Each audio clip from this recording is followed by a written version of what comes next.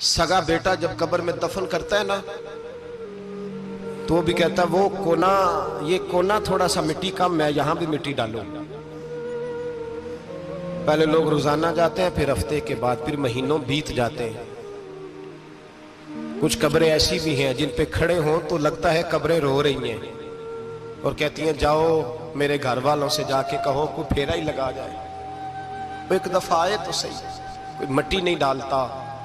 بادشاہوں کی قبریں روتی ہیں، سرمایہ داروں کی قبریں روتی ہیں، کوئی جاتا نہیں، اتنے اتنے موٹے سوراخ ہے قبروں میں۔ آپ اپنے شہر کے قبرستان پھر کے دیکھ لیں، سوراخ ہے۔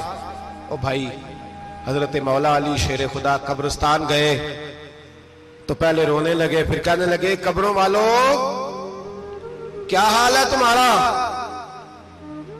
تو آپ فرماتے ہیں مردہ مجھے اندر سے بول کے کہنے لگا علی کفن پھٹ گیا، ہڈیاں ٹوٹ گئی، مال تو دے آئے تھے وارثوں کو پر حساب ہمیں دینا پڑ رہا ہے، تو بتا پیچھے کیا حالات ہیں؟ تو حضرت علی کہنے لگے تمہاری بیویوں نے اور نکاح کر لیے، تمہارے